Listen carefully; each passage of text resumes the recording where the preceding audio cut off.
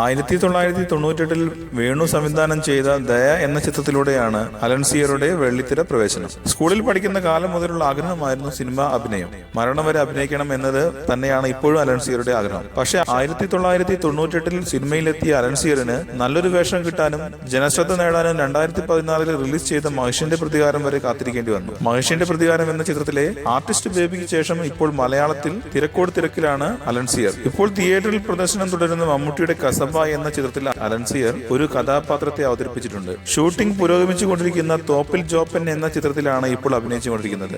മമ്മൂട്ടിക്കൊപ്പമുള്ള തോപ്പിൽ ജോപ്പൻ പൂർത്തിയായാലുടൻ അലൻസിയർ മോഹൻലാൽ ചിത്രത്തിലേക്ക് കടക്കണം. ജിബു ജേക്കബ് സംവിധാനം ചെയ്യുന്ന പ്രണയോപനിഷത്ത് എന്ന ചിത്രത്തിൽ രസകരമായ ഒരു കഥാപാത്രമായി അലൻസിയർ എത്തുന്നുണ്ട്. മുതിർന്ന താരങ്ങൾക്കൊപ്പം മാത്രമല്ല മലയാളത്തിലെ യങ്സ്റ്റേഴ്സിനൊപ്പവും അലൻസിയർ അഭിനയിച്ചു കഴിഞ്ഞു. മഹിഷിന്റെ പ്രതികാരം കൂടാതെ മൺസൂൺ മാംഗോസ്, അന്നയും റസൂലും എന്നീ ചിത്രങ്ങളിലും ഫഹദിനൊപ്പം അഭിനയിച്ചിട്ടുണ്ട്. കമ്മട്ടിപ്പാട എന്ന ചിത്രത്തിൽ ദുൽഖറിനൊപ്പം അഭിനയിച്ചു. മലയാള സിനിമയിൽ ഓരോ കാലത്തും പുതിയ ഹാസ്യ നടന്മാർ എത്തിയിട്ടുണ്ട്. വേറിട്ട അഭിനയം കൊണ്ട് പുതിയ വഴി വെട്ടുകയാണ് അലൻസിയർ. മലയാള സിനിമയിൽ ഇനി അലൻസിയർ ലോപ്പസിന്റെ കാലമാണ്.